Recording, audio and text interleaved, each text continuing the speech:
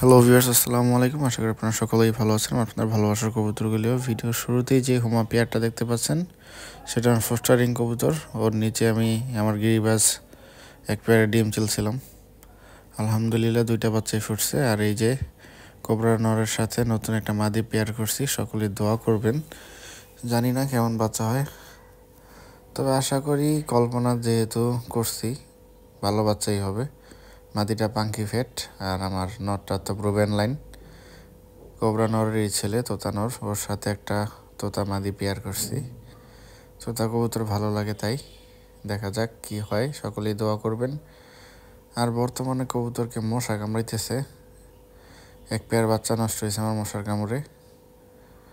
আর এই যে আর একটা পেয়ার, এই জাতটা আমার ভালো লাগে, জাবরা বাঘা স্টাইলের সিলভার কবুতর।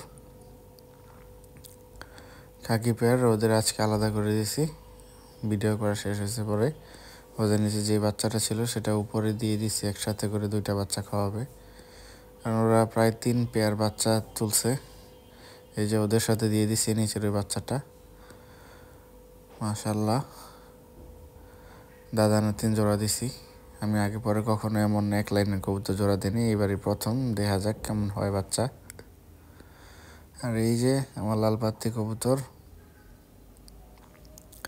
ওদের নিচেও গিরিবাজের ডিম চলে দিছি।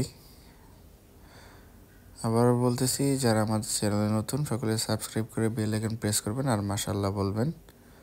পাখি কবুতর এই পেয়ারের ডিম একবারও জমে নেই। ওদের নিচে প্রতিবারই আমি অন্য কবুতরের ডিম চালছি। এবারও আমার সাপচিলা কালো গলার ডিম চালছে এর নিচে। আর এই যে নতুন 3টা বাচ্চা রোদ খাওয়াইতেছি বাসা চিনানোর জন্য, কাঁচাই দিয়ে রাখছি। মাশাল্লাহ, বাচ্চা 3টা আমার খুবই পছন্দের একটা জাত, ফুল লফটের ভিউ। এবার ভিডিও দিতে একটু দেরি হয়ে গেছে, 3 দিন পর পর ভিডিও দিই। এই যে টোটাল 15টা বাচ্চা উঠতেছে আমার। সবাই দোয়া করবেন, আশা করি পরবর্তী সিজনে আস্তে আস্তে আরও হয়ে যাবে কবুতর। নেক্সট সিজনে পাল্লায় বের হবো, এবার বের হওয়া হবে না। সবগুলো কবুতর 2 দশক করে এরপর বের হবো আমি পাল্লায়। আর যদি সম্ভব হয় বাচ্চাগুলির পর ক্লিয়ার থাকে, ছোট ছোট করে 3 সাইড ঘুরে রাখবো, যাতে পরবর্তীতে পাল্লা দিতে সুবিধা হয়। আর আজকে আমার পুরাতন এক পেয়ার কবুতর সেল করে দিয়েছিলাম, ওই বাসা থেকে নিয়ে আসছি আবার বাচ্চা করার জন্য। এই যে ওদের পেয়ার করছি। এগুলি সরাসরির জন্য না, ওদের বাচ্চা কাচ্চা দেখতে সুন্দর হয় তাই নিয়ে আসছি।